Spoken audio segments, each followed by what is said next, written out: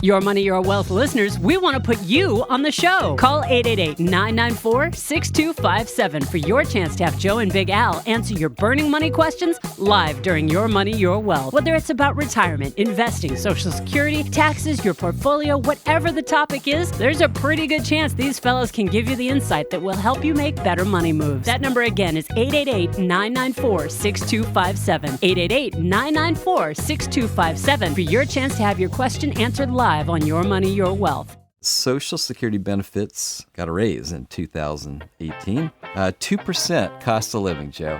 Highest increase in a number of years.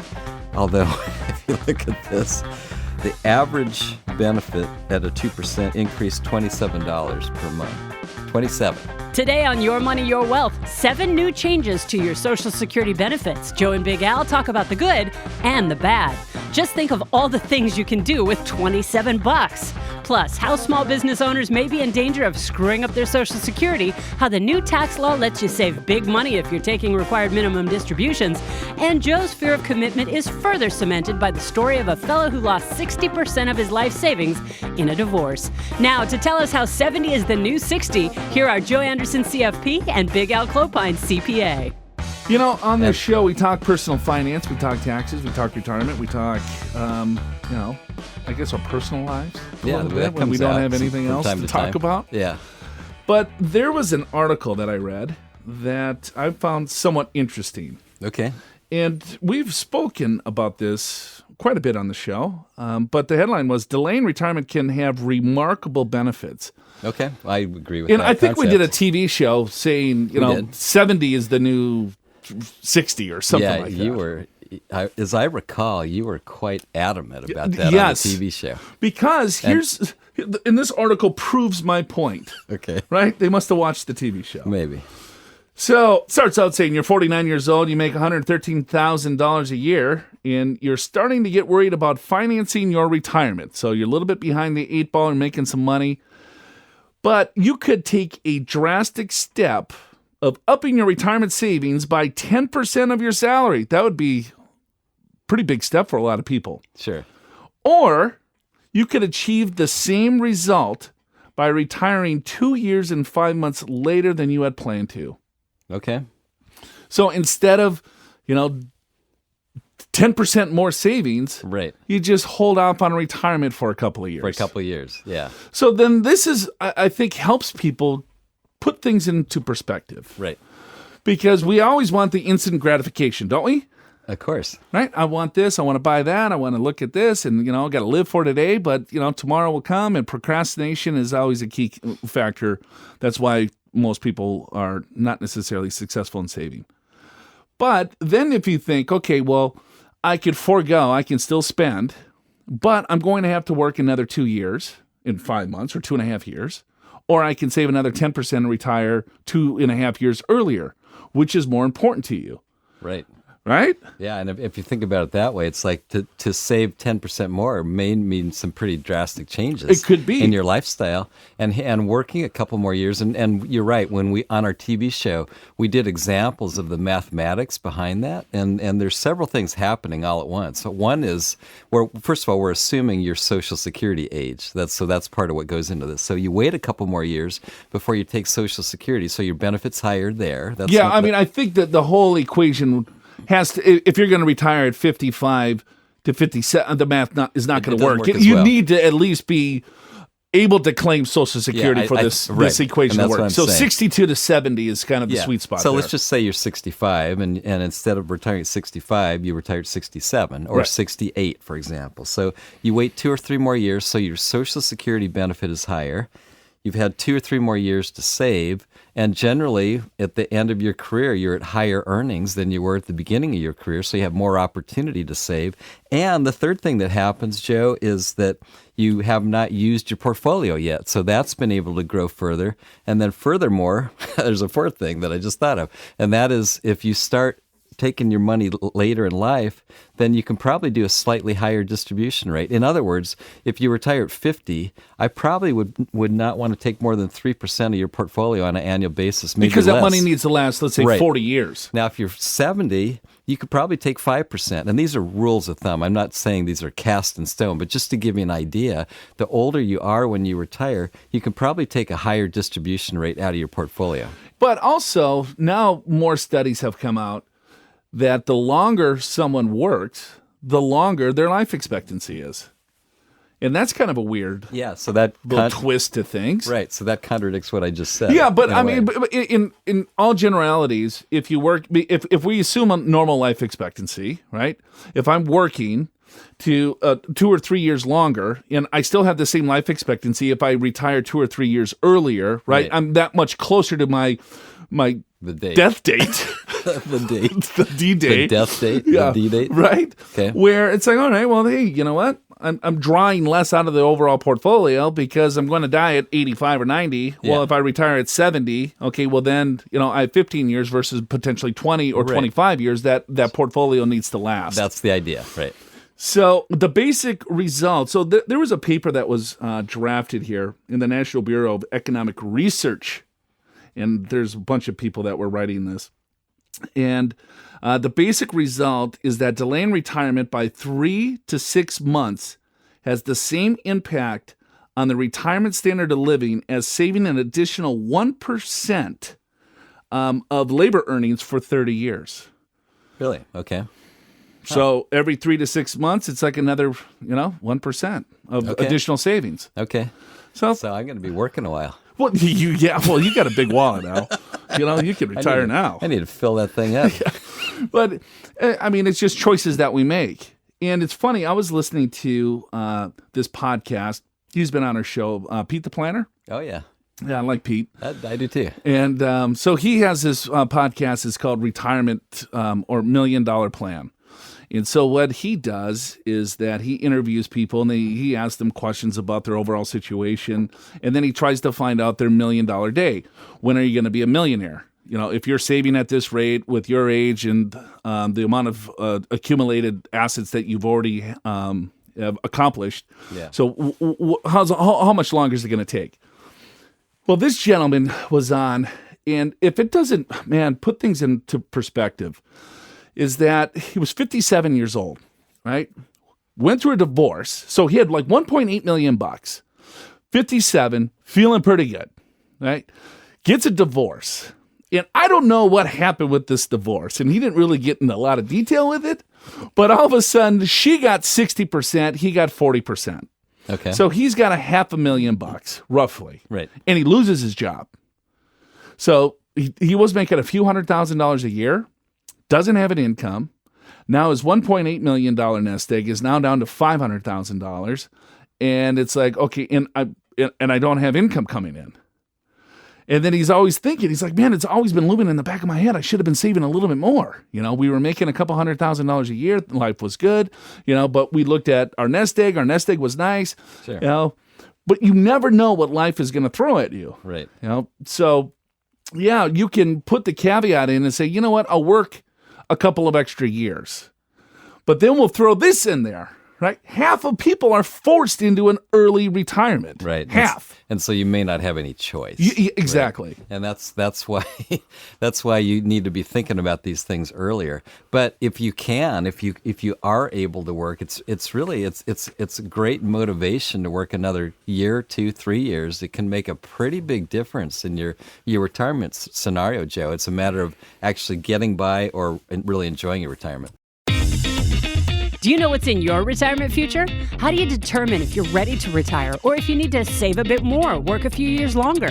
Visit the white paper section of the Learning Center at yourmoneyyourwealth.com to download our Retirement Readiness Guide. You'll learn little-known secrets about creating income to last a lifetime. making the most of your investment strategy in retirement, controlling your taxes, and much more. It won't cost you a thing to download. Find out the 7 plays to help you get retirement ready, despite the uncertainties we may face. Download this free retirement readiness guide from the white paper section of the Learning Center at yourmoneyyourwealth.com. Time now for Big Al's List. Every week, Big Al Clopine scours the media to find the best tips, do's and don'ts, mistakes, myths, and advice to improve your overall financial picture in handy bullet point format. This week, 7 changes to Social Security for 2018. Couple facts, though, before we get started. This is as of August 2017.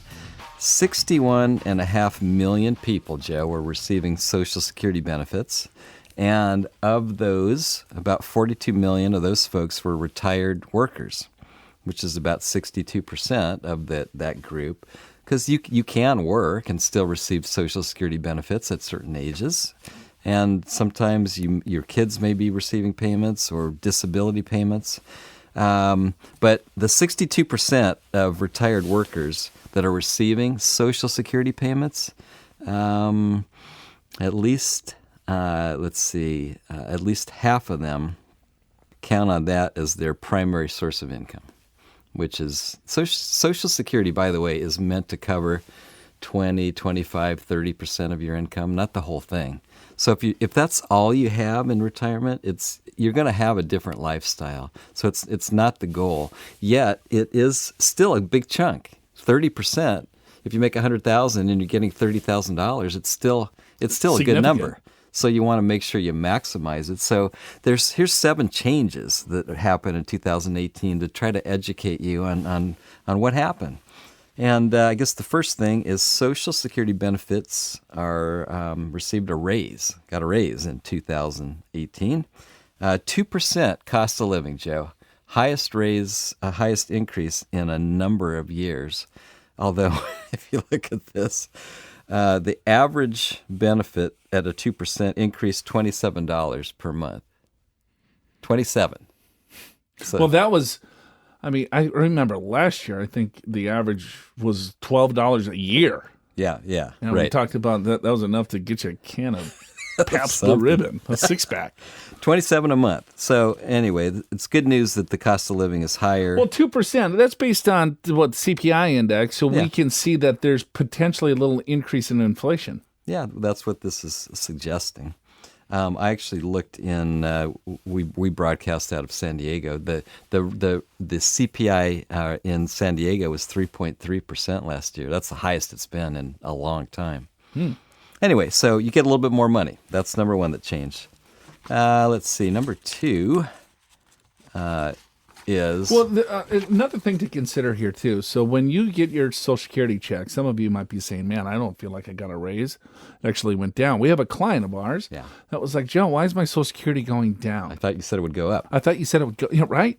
And I said, well, look at your statement. Because your Social Security payment actually did go up, your net pay went down because your Medicare premiums increased. Yeah, and that's the problem. In fact, in general, the last several years, Medicare premiums have increased more than the Social Security benefit. Right. So your net pay keeps going down, even when the rates go up. Exactly. Yeah.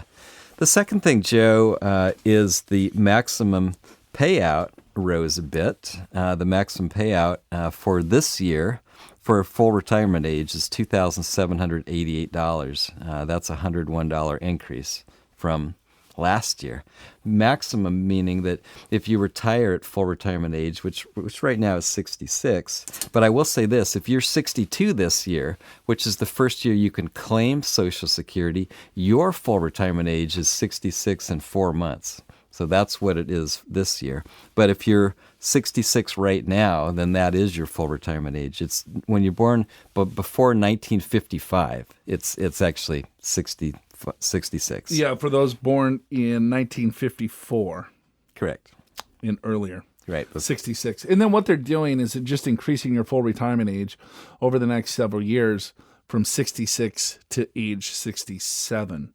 So if you were born in 1960 or later, your full retirement age will be 67. Correct. And so if you're born between 1955 and 60, that's when that phase out from age 66 to age 67. They just add 2 months each year till they get to age 67. The third thing, Joe, is wealthy Americans will owe a little bit more. The maximum payment to Social Security increased from $127,200 to $28,700.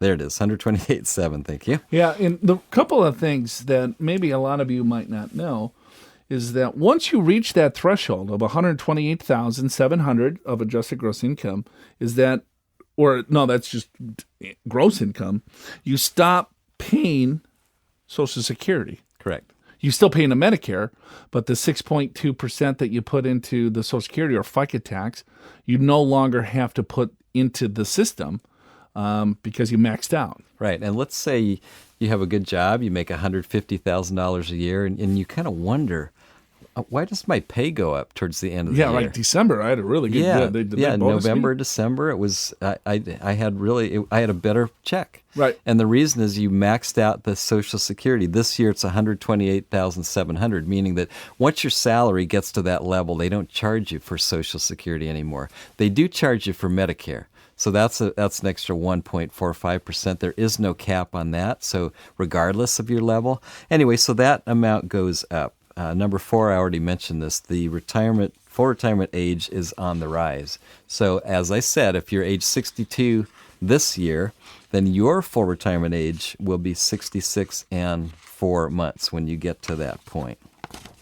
Number 5, withholding thresholds for early filers will climb once again. So what this is referring to is that if you are not yet at full retirement age, and you want to take your Social Security, so in other words, 62, 63, 64, 65 years of age, you want to take Social Security at that point. We call it taking it early. If you are working, you have to make below a certain level. And that amount this year is $17,040. Last year was $16,920.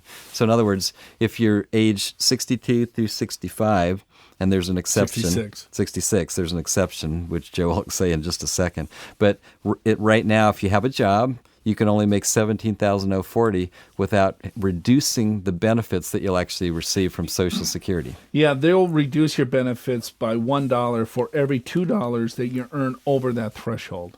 So just FYI, here's the rule of thumb: if you're fully employed and you're making more than, let's call it $50,000, don't take your Social Security benefit because it's just going to cause problems for you. You will receive that benefit once you claim at 62, and you'll receive that benefit all year long. And then guess what? You're going to file your tax return, and then the Social Security Administration is going to say, "Hey, yeah, you got too much. You made too much money, so we're going to take back." $1 for every $2 that you earned over $17,040. And so in that situation, I don't know, they probably take the whole thing back. So the next year, right, let's say you fully retire then at age 63, you fully retire. And then you're counting on that income. You're not going to receive it. Because they're like, no, you owe this to us because we shouldn't have paid it to you in the first place because you made too much income. So there's a little bit of planning around taking Social Security benefits early.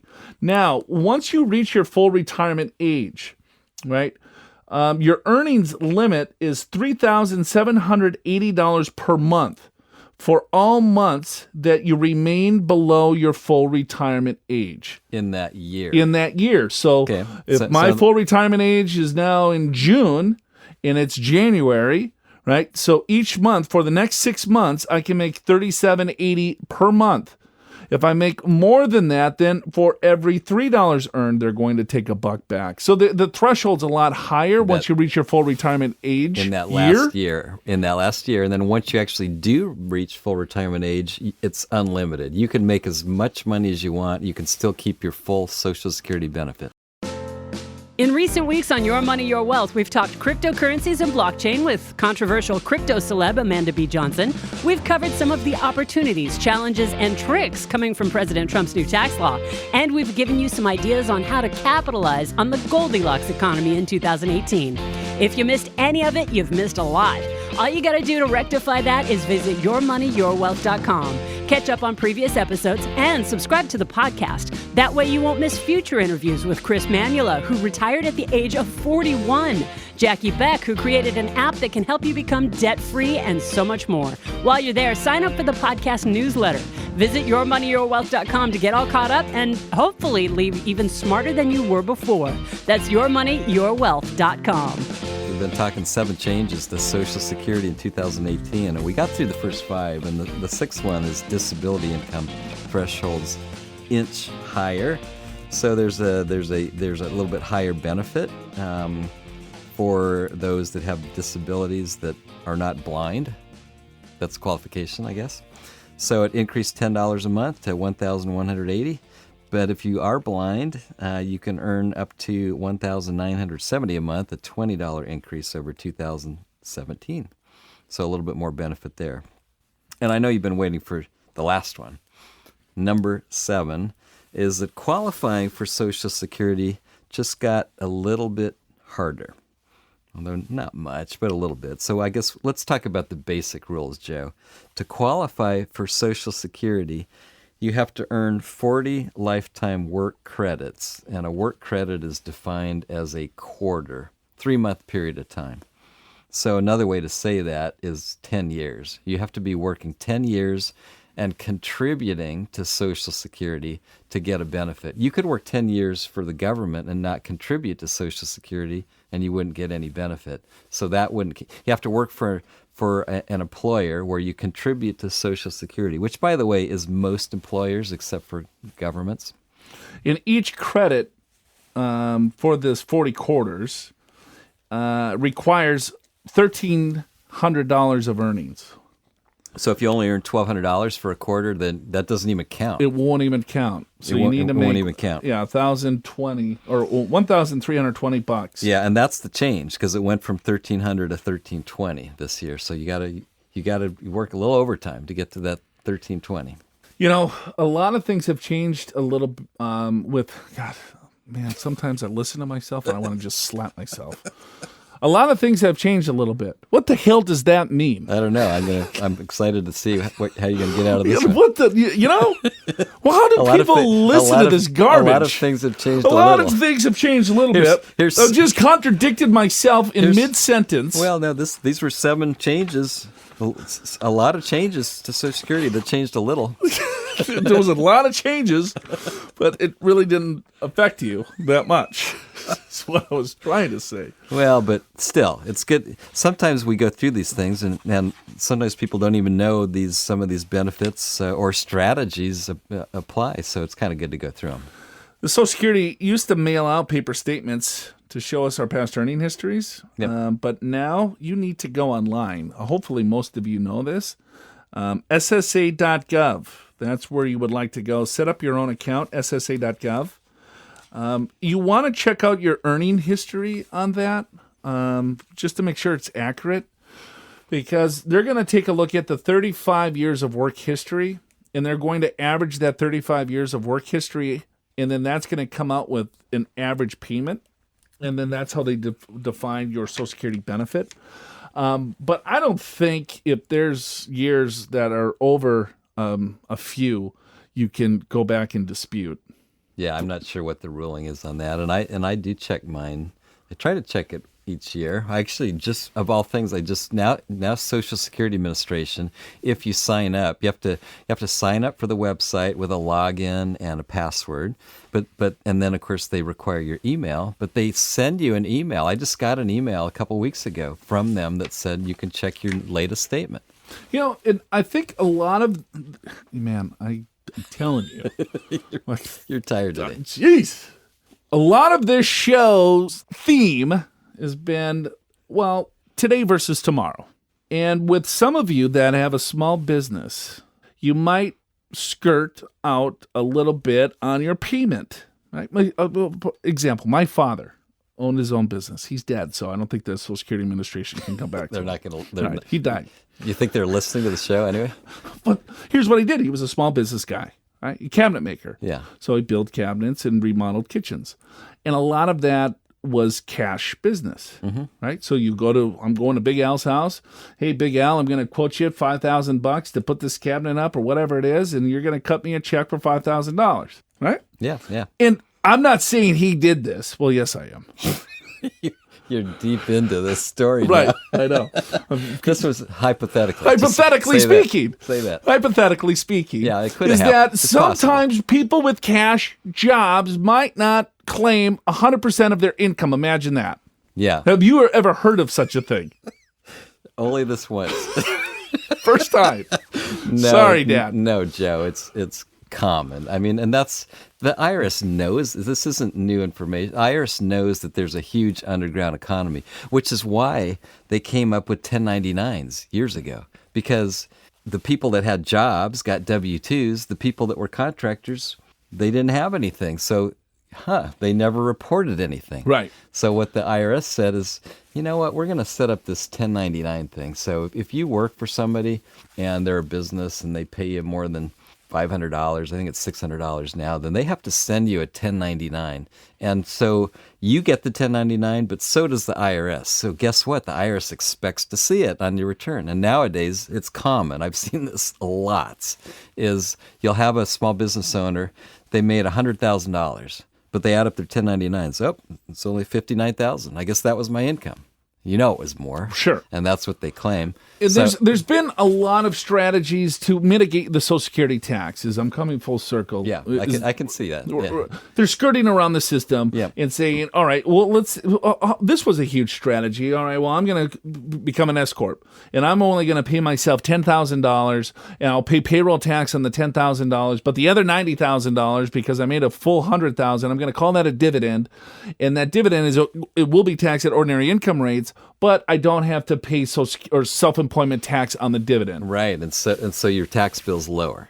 Right, but what happens to your Social Security benefit? You kind of shot yourself in the foot. You blew yourself up, but you felt good today. At that moment. Yeah, man, look at how much tax savings I did. Well, and here goes back to another theme, which is if you can save the difference and invest it, more power to you. But most people spend it, and they get to retirement, and they screwed up their Social Security by kind of doing this cash system, and now they don't, and they haven't saved. Right. Now they're in trouble. Right, because the whole reason why they're skirting around the system to begin with is that they're spending probably everything. That's right. Right? Yeah. It's like, well, I don't want to pay the IRS this. I need to put, junior through college, whatever Right. the case may be. I'm Right. not judging. Yeah. But now the fact is, and we see this quite a bit, they come to us in their 60s, and it's like, okay, well, here, we got to make up for some Social Security. How do I? Well, it's 35 years of work history. Yeah. You're 62. Right.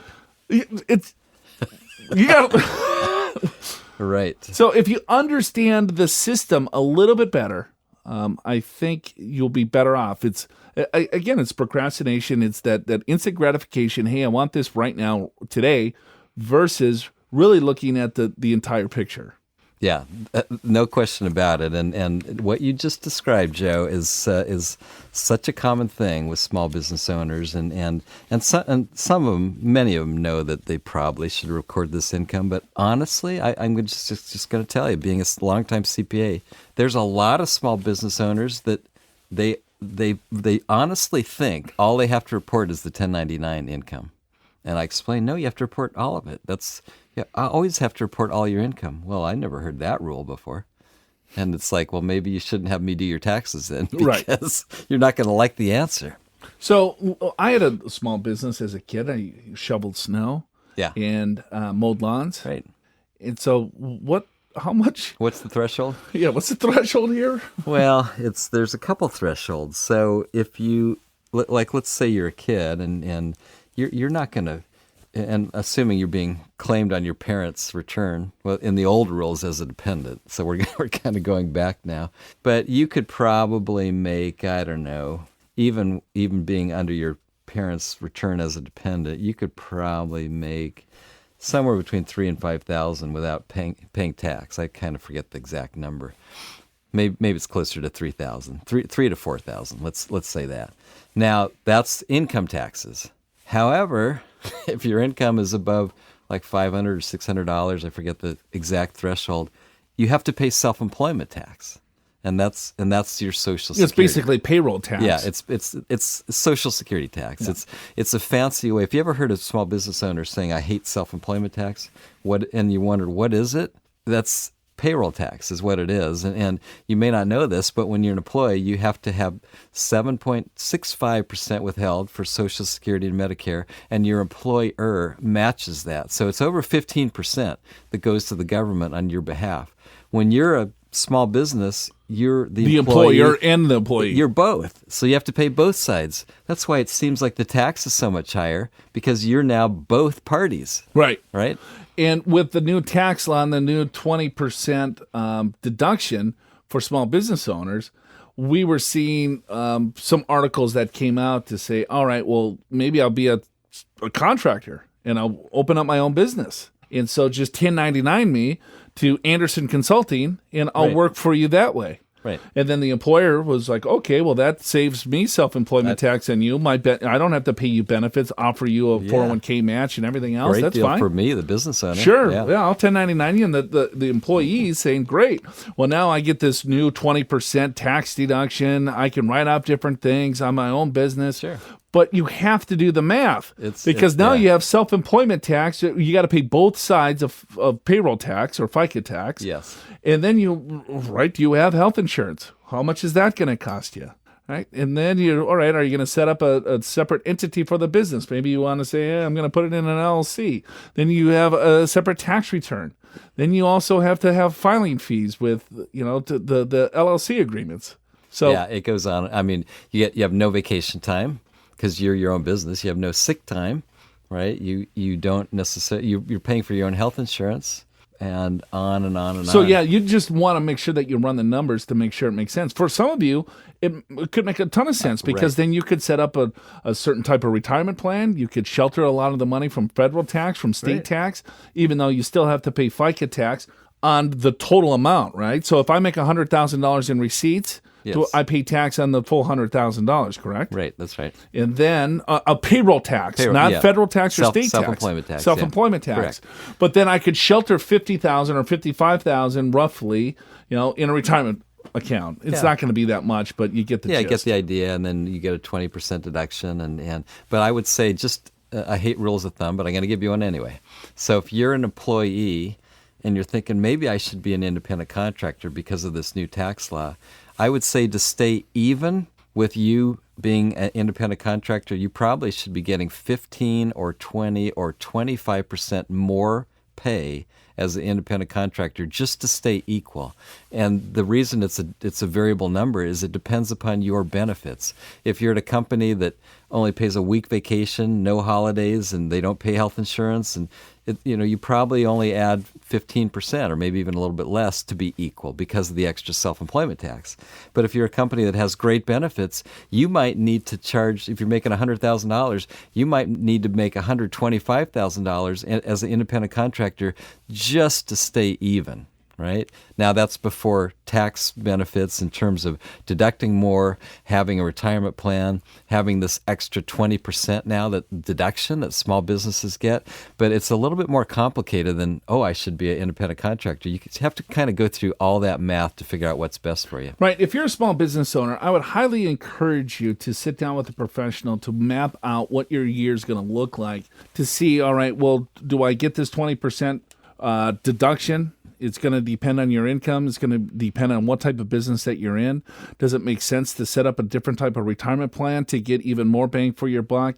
I mean, all sorts of different things. The rules have completely changed for you small business owners. And for some of you, it could mean tens of thousands of dollars of savings. And for others, you could be leaving that tens of thousands of dollars on the table. You may be going backwards. You might be going backwards. So you absolutely want to make sure that you get tight with this. 5 retirement mistakes small business owners make? That's a white paper available for you to download free from the Learning Center at yourmoneyyourwealth.com. This special report provides insights on mistakes to avoid and steps to take for building the retirement you desire while managing your myriad responsibilities as a small business owner. While you're on the site, check out the articles, webinars, and hundreds of video clips to educate you on Social Security, small business strategies, investing, retirement, and a whole bunch more. Check it out at yourmoneyyourwealth.com. And if you need more help, you can always email us at info@purefinancial.com or pick up the phone and call us 888-994-6257. That's 888-994-6257. QCDs. You know what the heck that is? Yeah, qualified charitable distribution. You know, this is interesting because we've been talking about taxes now for way too long. It seems like about a century. But this new tax law has come up with some unique planning ideas. And for those of you that don't know what a QCD is, it's something that people should be paying attention to, but you have to be at least 70 and a half to take advantage of this. You do, but if you're 70 and a half, so this is for those that are probably retired or close to retirement, 70 and a half. This is perhaps, Joe, one of the best strategies available under this new tax law. And interestingly enough, it's not really a new idea. I mean, it's relatively new. It came about 5 years ago. But now when you take the new tax law, how it's structured with this strategy, it's a big deal. It's a big deal for a lot of people. Because I think before, and this is where I would have to pound on Big Al's brain to figure this out. Because what a QCD is let's say if you have a retirement account at 70 and a half, you are required to take a distribution. And so what the law states is that you could either take the required distribution, right? Or you could give your distribution directly to charity. And so then you would look, all right, let's say if I'm already giving $10,000 a year to charity, for instance, right? So I would write that off on my tax return because I would probably itemize my taxes. Because before, let's say if I had medical expenses, I had charitable expenses, my mortgage expense, my state and local and property taxes, and miscellaneous expenses, whatever. Now all of those Schedule A deductions have been eliminated or reduced significantly. Right.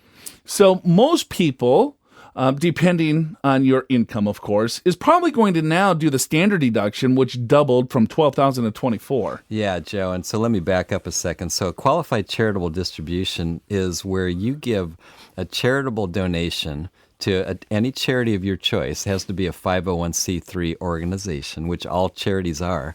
But you, instead of writing a check out of your checkbook, it comes directly from your IRA. So that's why they call it a qualified charitable distribution. And then if that happens, then it doesn't really show up. It doesn't show up as income because typically when you take money out of your IRA, it's income. It also doesn't show up as a deduction because you never paid income tax on it, so it's kind of a non-event. And in the past, there wasn't a lot of cases. I mean, there were some cases where it was helpful, but there weren't a lot of cases where it was a good strategy. Now it's a fantastic strategy for a lot of people, and let me explain. So you think of a couple that's in their early 70s, for example. So they're taking required minimum distributions.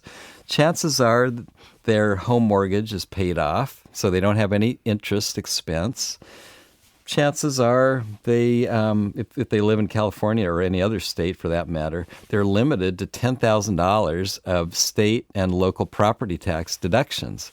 So let's say they have $20,000 of state taxes and $10,000 of property taxes, so $30,000. They used to be able to itemize their deductions with that. Now they're limited to $10,000. So all they have is $10,000. They don't have any mortgage interest, and they give $10,000 away to charity. Okay, so that's $10,000 for taxes that they get to deduct, $10,000 for charity. That's $20,000. That's below the standard deduction. The standard deduction is $24,000. So in other words, that $10,000 donation produced zero tax benefit because you already get a $24,000 standard deduction. You don't have enough itemized deductions to be able to itemize. Right. You would take the higher of the two, even though that you're itemizing certain items. Right. But if it's not higher than the standard deduction of $24,000, so you need enough deductions, either through your taxes, charitable giving, and medical expenses to breach that $24,000. If you don't have enough deductions to breach the 24, you're just going to take the standard deduction. Yeah, so let me illustrate in a simple example, and hopefully this will help. So this would be a couple that has $200,000 of income before their IRA, so successful couple, but let's just say they do. and they've got $10,000 IRA required minimum distribution. So typically they would take that out. Now they'd have $210,000 of income. Let's say they've got $10,000 of state and local property taxes, and they got $10,000 to charity. So that's the $20,000 that I just mentioned, but that's lower than the standard deduction. So what happens on their taxes is they get to take the standard deduction, and their income's $210,000. The standard deduction is $24,000. Their taxable income is $186,000, so they pay tax on $186,000. Now, if they had given the donation directly from their IRA to charity, okay, now they don't have to record the $10,000 of IRA income. Their income is $200,000 instead of $210,000. They still get the standard deduction of $24,000. It doesn't matter how many itemized deductions you have. Now you got $200,000 of income, $24,000 standard deduction. Now your income is $176,000 taxable income versus $186,000 at a 24% tax rate, which this couple would be in. They would save $2,400 of federal tax, and they'd probably save in California, who knows, another $1,000 probably at least in state taxes, or approximately. So you're looking at, here's a simple transaction of someone that likes to give $10,000 away to charity a year, which a lot of people do when they're retired that have the resources to do it. And it's a way to save $3,000 or more on a $10,000 donation just by doing this technique. Right. So cash flow wise, it felt like $7,000 even though you gave 10. Right. And a lot of people give first, but then there's also the benefit that the IRS gives us to give us a tax deduction. But a lot of that deduction might not be used now because the standard deduction is $24,000 versus $12,000, and a lot of people will use the standard versus itemizing, so they're not going to really see any benefit there. But if you have a retirement account, that's where you got to go. If you're over 70 and a half and you're giving to charity, look at the qualified, the QCDs, because it's going to be significant tax savings. Now you have to arrange it through your custodian. So maybe it's TD Ameritrade or Schwab or Fidelity. Maybe it's through a bank. Most custodians would have this. If you have an IRA that doesn't have a custodian, you might want to switch it. That doesn't have this strategy. You might want to switch to. But all the main ones have this strategy, Joe. Hey, Southern California, getting the tools and confidence you need to make informed retirement decisions, it requires a little more than listening to Your Money, Your Wealth. There are plenty of opportunities for you to learn from our team in person at our 2-day retirement courses or at our free monthly Lunch and Learn events. All our classes are designed to give you the information you need to help plan the retirement you've always dreamed of, in spite of market volatility. For dates, times, and locations for our Lunch and Learn events and our retirement classes in San Diego, Orange County, or Los Angeles, just visit the Learning Center at yourmoneyyourwealth.com or call 888-994-6257. That's 888-994-6257. We got some new retirement limits I want to go over. Oh. So the 401k this year, you can defer up to $18,500 for most of you. Now, if you're 50 and above, you can add another $6,000 to that. So that's $24,500. If you are in a simple plan, it's $12,500. There was no change there. If you're 50 and older, you can add another $3,000, so it's $15,500. If you're doing an IRA or a Roth IRA contribution, then you're limited. It's the same number, $5,500. Unless you're 50 and older, it's $6,500. I thought our listeners would like to know that.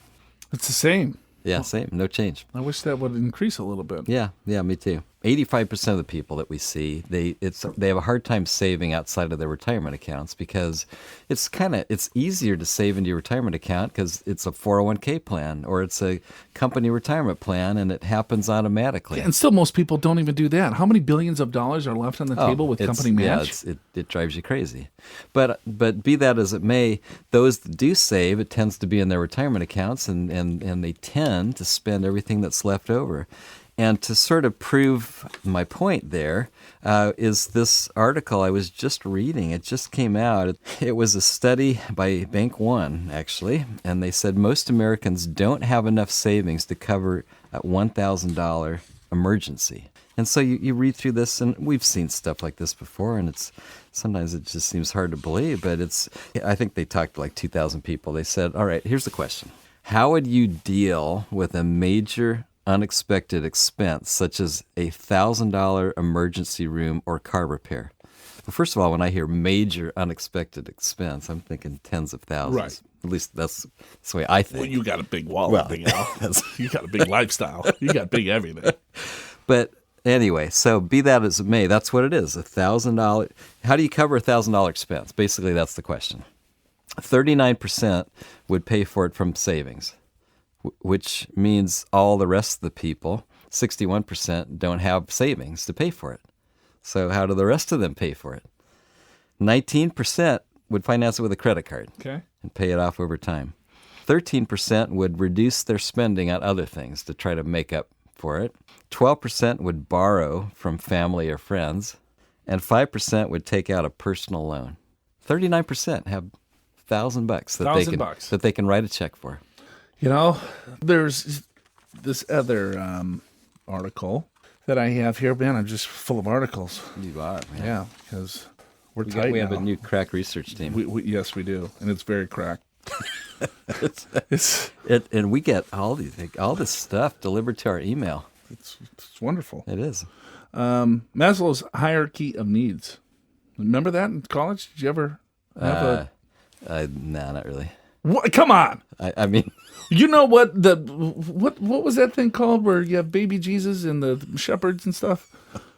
oh, you mean the manger? Yeah, but what is it called? The nativity center? Yeah, the nativity center. You know what but you don't know Maslow's hierarchy of needs?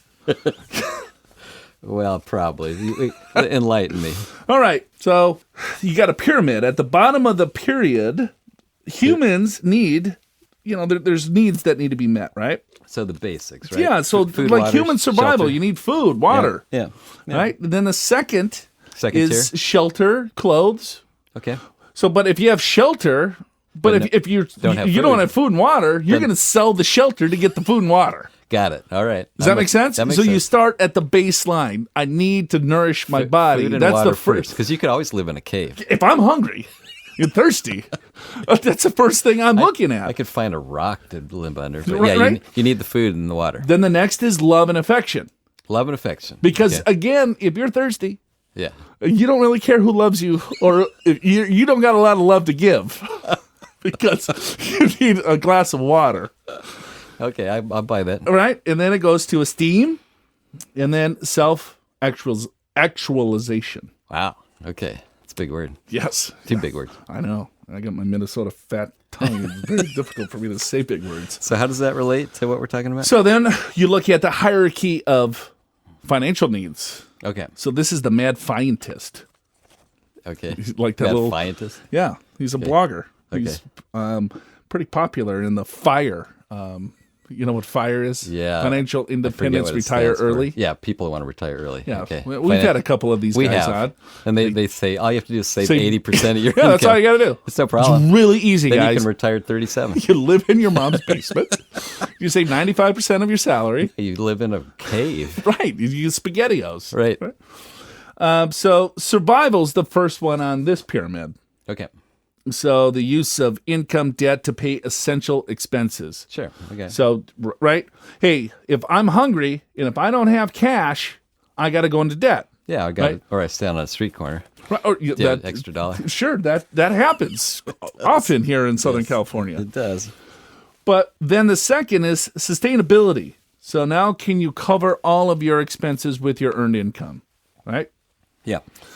And then the third is accumulation. Okay. So now you have a little bit more excess because you can't save if you don't have income to right. Yeah, So and you see how that's this the hard hierarchy thing. goes. That's the hard thing when you start your career. You're young. You don't have a big salary yet. It's hard to save. You're just trying to get by, and then you think I'm going to be there with the next raise, and then you get married, and the kids come along, and then you buy a house. Yeah. And then you're in your 50s. What happened? Right. You got college, and the kids are back at home. That's You got- a common story that we see. Yes, you're living it, brother. Yeah, that's right. I'm on the other side. You are My- a poster child my, of that. my kids are out almost. or asterisks. Yeah, asterisk, couple asterisks. So after accumulation comes independence. So what independence is that you're paying all your expenses with investment income. Oh, that's where we all want to be. Right. That means you're free. But not necessarily. The top of the pyramid is utilization. Utilization. So that's spend, give, and fulfillment of life's purpose. Yeah, that's where I'm at. Yes, you are at the peak. I'm giving. Right, you're going to Mexico to money and time. Doing good things for people. You feed the homeless in Mexico, even, right? Well, orphanages. I'm a president of a nonprofit that supports an orphanage in Tijuana, and I also help a kindergarten in Namibia, Africa. And there's actually lots of little things that I do. Yeah, and you're part of the San Diego Men on a Mission. Yeah, Men on a Mission. Yeah, that's a good one. Oh, yeah. And he's like talking, oh yeah, we do all these good things. I'm like, really, what is it? Well, it's a bunch of guys that drink beer. we put a couple $100 in. We do write 2 checks for $100 to a charity, so there is something. Yeah, but that's cool. How many guys are in this? Like 50. Yeah, so a couple $100 times 50. You like to drink beer? And eat I pizza? do. Yes, I like to give a couple $100 and have a couple of beers. That's right up your line. All right, but the utilization, and I think this is the softer side of financial planning. Yes, what we talk about, because we're always striving to get to that financial independence, so that we can have the utilization to get there. Exactly, right? Because if, at least in my view, I think most people would agree. If you have a big pile of money but are not fulfilled and giving back in some way, it's kind of a hollow thing. Right. No.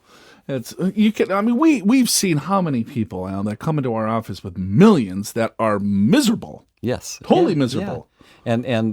And a common trait when they're miserable is they don't give. Sure. And I'm not telling you have to give. I'm just saying what we see.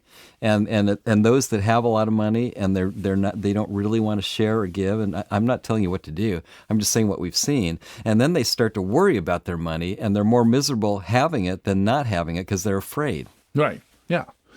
It's a weird dynamic there. It's a weird dynamic, All right, that's it for us. We'll see you again next week. For Big Al, my name's Joe Anderson. The show's called Your Money, Your Wealth. Have a wonderful weekend.